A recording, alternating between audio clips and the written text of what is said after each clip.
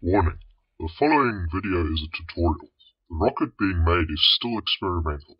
If you wish to copy what you see, note that I will not be held liable for your actions. Accidents can happen. This is rocket science after all. Hello there. Today I'll be showing you how to make one of these PVC rocket motors. The first thing I want you to note is, before starting, you need to get one of these. It's a desiccator chamber. You need to have a bag of calcium chloride, and you need to get a rubber sealed Tupperware like this one. It has a rubber seal in there to stop air from getting in. And I've put a sock with some calcium chloride in it inside the bag, or inside the box, and that's where you keep your fuel. Because the rocket fuel, when it's made, it absorbs a lot of moisture, and by the time you get round to using it, it's already not worth keeping anymore. You can also use this to keep rocket motors, smoke bombs, whatever. If it's got potassium nitrate and sugar in it, you put it in here. It also works for black powder. Now what the calcium chloride does is it absorbs a lot of moisture out of the air. So if you put it in there, this has pretty much 0% humidity. Here you can see the illustration shows you pour the powder in and then water comes out. So it absorbs a lot of moisture. I'm now going to be showing you how to make the nozzle for this rocket motor. The first thing you want is a 20 centimeter long piece of PVC pipe. This one is heavy duty. It has a 40 millimeter outside diameter and 3 millimeter. Then the second thing you want is a chisel or some sharp edged tool. I think you can also use a file, but this one works a lot better. And then what you want is a 12 millimeter drill bit for drilling out these holes, which will be used to cement the nozzle into its place. Then what you want is a nozzle mold. This I had machined on a lathe, or a wood lathe, and here you can see the drawing. You can take a screenshot of that. One thing to note is these markings here, those dots, they just show it's in line with this, and that just to show the degrees of how it deviates. So that is 90 degrees, and then that is the 12 degrees that you can see there. So it deviates by 12 degrees that way. What you want next is a washer. This will fit over the nozzle mold. Now, if you cannot have a nozzle mold made, you can just take a piece of paper and you can roll it up into a cone, and then you can also just put it into there and make markings with a pencil around it. Try to make sure that it's going directly downwards through the center, not like deviating side to side. And then you just make your markings around the cone, and then you cut it out, and then you cover it in sellotape in order to try and waterproof it, because we're going to be applying some cement to it, and that'll, if it's not covered, it'll destroy the paper. Then what you want is some anchoring cement, and this is to make the nozzles out of. It has a set time of total 24 hours, so that's how long you'll need to wait before the rocket engine is ready for use. And also you need some masking tape. This is for use in sealing these holes while cement is setting. Now what you want to start off doing is you take your sharp tool and you put it in the pipe like that, and then you start twisting. And you want to scratch the inside of the pipe as much as you can and as deep as you can. This provides a lot of grip for the cement to hold onto the pipe, as well as the holes inside there, which add as extra anchor points. But these scratches just act as insurance. It'll also make intrusions into the cement that will stop gases from leaking through and then burning a hole. So basically what I meant by that was, if you just have this is your pipe and this is the cement and there's no grooves in it, then the gases will probably just be able to slip between them. That gap is the illustration there.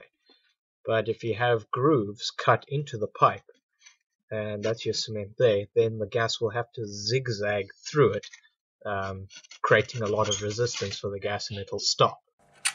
So you make the scratches as deep and as many as you can, like that. And you do that until a large portion of this part of the inside of the pipe has been scratched. Like that. Then what you want is you want to take a piece of paper.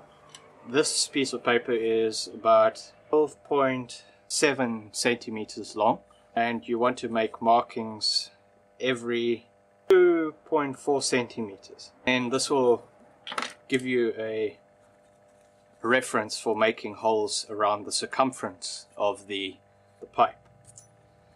So on the markings you want to make a hole there, and you do this about 1.5 centimeters away from the edge.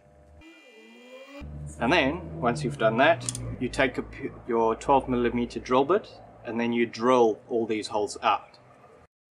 Once you've done that, you want to, well, when you're doing that, you want to make sure that you drill slowly, because if you drill too fast it'll catch and then it'll screw up your drill bit. Also make sure that you have a clear workspace, because it generates a lot of this. Then what you want to do is you can either use sandpaper and file down all the edges that it lifted up, or you can use a file. Then once you've done that, you take masking tape and you seal up all the holes.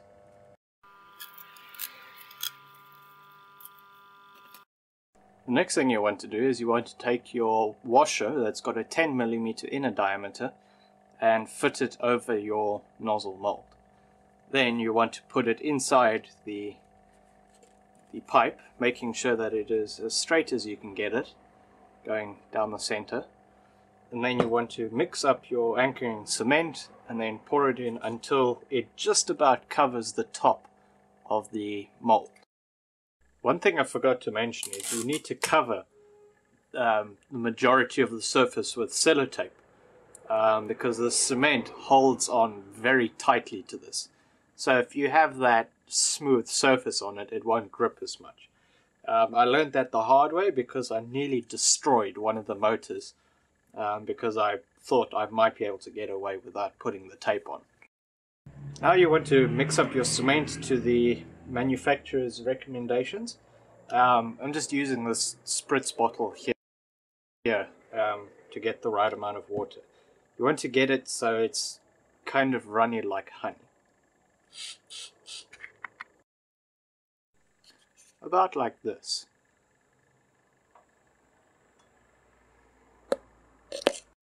Now you want to pour it into the pipe. If you don't quite reach the top, just mix up a little bit more cement and then just go until you reach the top.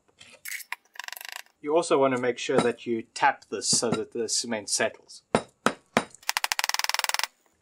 And also, if it goes out of alignment, just push it back. Then, once you've added that, you can just let it sit for about an hour and then we're ready to move. You also want to make sure you wash your equipment, because you want to be able to use it again. Now, while we're waiting for the cement to set for the nozzle, we might as well make the fuel grain. So you want to start off with a piece of the pipe about 11 centimeters long. Then the fuel grain is going to be 135 grams. So what you need is a dowel covered in tin foil. You wrap it up and then you roll it tight, and that's about 10 millimeters wide. Then you want to take a piece of paper, doesn't really matter what kind, and then you roll it up and you put it inside your fuel grain, or your fuel grain mold, and then you when you pour the fuel in and it's hardened, this will just make it easier to remove. Then you want to measure out 87.7 grams of potassium nitrate, 47.2 grams of white sugar, as I have here, and you need 1% of that to be iron oxide, which I've got here. It's going to be about 1.35 grams of iron oxide. Okay, once you've gotten your paper tube inside the pipe, you just want to trim it down so it pretty much lines up with the edge. This will just make it a little bit easier to handle once you're putting the fuel in. And for those of you that don't know where to get potassium nitrate, you can just buy it as potassium nitrate prilled as bags of fertilizer. So you can just search on the internet potassium nitrate fertilizer and you should be able to find some results. And it comes looking as these pure pellets. Now what you want to do is you take your fuel mix, pour it into the pan or into a frying pan, preferably non-stick, and then you pour in about 1/4 to 1/2 cup of water, and then you turn on the heat to high, and then you stir it around constantly. Just one thing to note is with the iron oxide, if you can't get, you don't have to use it. It just helps improve burn rate. So you stir it around until it dissolves, and then when it starts bubbling and getting thick, then you turn the temperature down. Okay, it's about at this point where you start having the paste sticking that you want to turn it down to 2. At least that's a setting that works for my stove. And then from this point on, you want to stir it constantly. Even if you think it's ready, keep stirring it, because it will burn and it will kill the quality of your fuel. You also want to make sure that you have a butter knife on hand to scrape off the fuel. And then also make sure you scrape it off the butter knife as well, because once it cools it will stick. You want to keep doing this literally until it stops making any sizzling noise. That. Even if you hear it, the occasional pop, it's still not ready. Also try to make sure you clean off all the fuel on the sides. By the way, earlier what I meant by burn, the sugar caramelizes pretty easily. So you want to keep it moving so that the heat spreads evenly and then you don't get dark spots, which will decrease the quality of your fuel. Okay, once you've reached the point where you can put it on the stove, you can literally put your ear up to it and hear nothing, then you know it's ready. Then you want to just turn your stove off, but make sure it's still on the pan. Then you want to start pouring it, well, you can't really pour it, but putting it into your tube. But just make sure it stays on the surface, because obviously there's a hole on both sides. So you want to put it in there, and once you've got it all in, you want to press it down so that it gets level, and then you want to push in your coring rod. Okay, so now I've got it all in, and then you just want to take your dowel, wrap it in tin foil, and then press it flat at one end, and then push it into your fuel until you reach the bottom. And to try and get rid of any air gaps, you just want to press into the fuel with preferably a surface that's not sticky. Here I've accidentally got a little bit of fuel stuck to it, so you just try to remove that, and then hopefully it will not stick to it anymore. And to try and make sure that it's centered, you want to also just push it through the back, and then push that fuel back in, and then you can try and align it. It doesn't have to be perfect, it needs to be roughly centered on the top.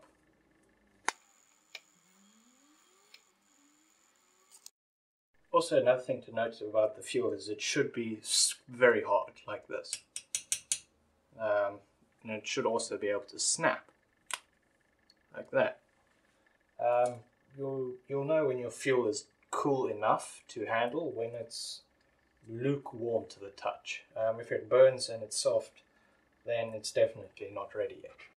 And just a note about cleaning your pots and your spatula.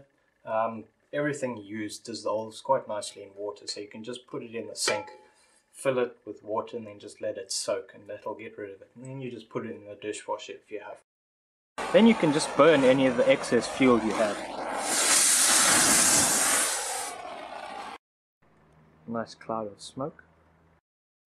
Okay, now once it's quite hard, you want to take the fuel grain out, and then you want to pull it out as best you can. I find it works if you have a vise, and you just clamp it in, and then you twist and pull the rod out. Try to make sure that you remove as much of the tin foil as you can, so that there's a lot more surface to burn when it lights. Then you also want to take off the paper. Try and remove as much as you can. If you can't get all of it, it's fine. It'll just be disintegrated in the motor anyway. Also, you want to try and get rid of these little edges, so that when it goes into the fuel or into the motor, you have as much space to make the end cap as possible.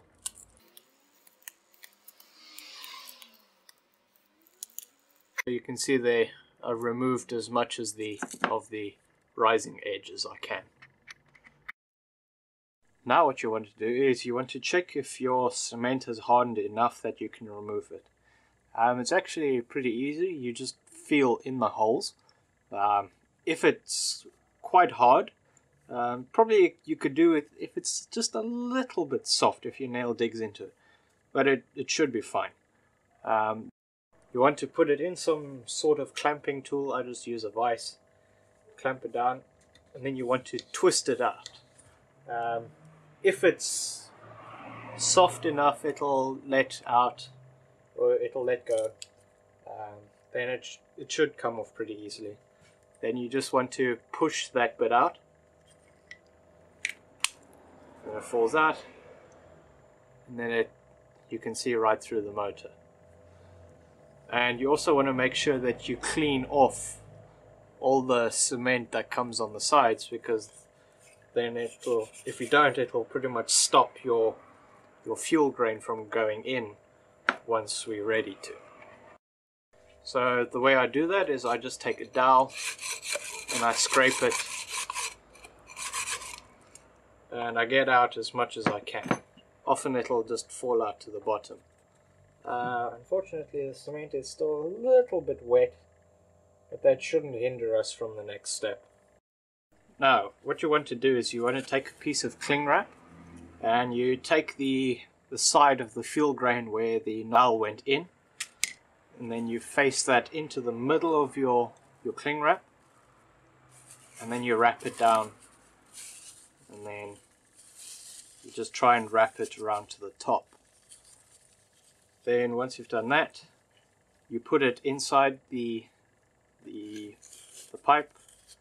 You push it until it can't go down anymore. Then you just press down the cling wrap. Then what you want to do is take your sharp tool, and then you want to scrape this again, making sure that you get nice deep grooves. You could also do this before you put in the fuel grain, but I just do it afterwards, because then I can see how much of this I need to scratch.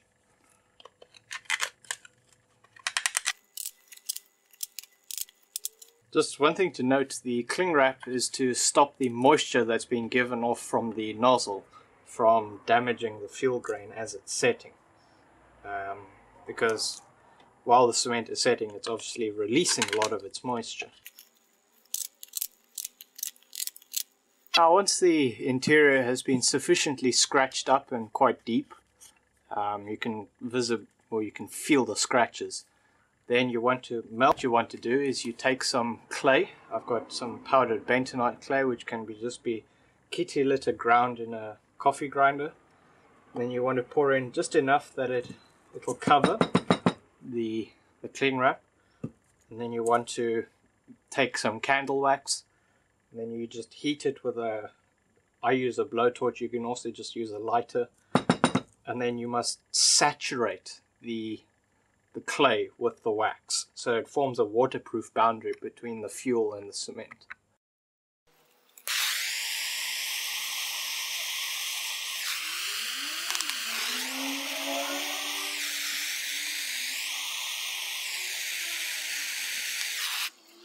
So basically it must look like that. And then you just let that set, and then we're ready to move on to the next step. Also, you just want to try and make sure that the candle wax doesn't get in the grooves. If it does, you just use your tool and scrape it out. You can also scrape more grooves to make it better.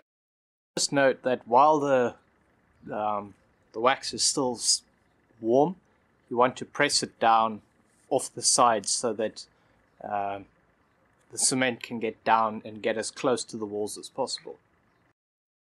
The next thing you want to do is you want to take your piece of paper that was used for measuring the holes here, and then you want to measure it about 1 centimeter below the lines, or 1 centimeter below the lowest point of your pipe. Mark your points, drill them out, cover them with masking tape, and then mix up your cement, pour it in, let it set for enough time that it will be hard enough that you can turn it on its side. Then you want to put it in your desiccator box for about 2 days to give it enough time to set, and then it should be ready to go. Like this. And then you just want to, like I said earlier, let it set, and then put it in your drying chamber, which is the desiccator box. And this is the testing rig that I use to light my motors. It is a piece of large PVC pipe, not particularly thick as you can see here. It's got a nail running through it to stop the engine from going that way, and then I've wrapped wire around the nail. I've cut a groove there into the engine, and then I wrap wire in through that, and then so I wrap it around, making sure that the thing cannot move forwards or backwards. And then I put a bag of cement on top of this to make sure that it can't move like this. And then I also make sure I put it against the wall so it can't move backwards under the bag of cement. And then I'm going to attempt to light it with electronic ignition, which is just a drill battery connected to some long wires and a nichrome wire, with a little bit of rocket fuel connected on the nichrome wire, so it'll burn and ignite the entire engine at once. So this is a close-up of my test rig. Got the bag of cement as a counterweight. I've got my rocket engine there connected to that, and I've just got that behind it to stop from a back blast. You can see some previous damage from a rocket engine that got blown up.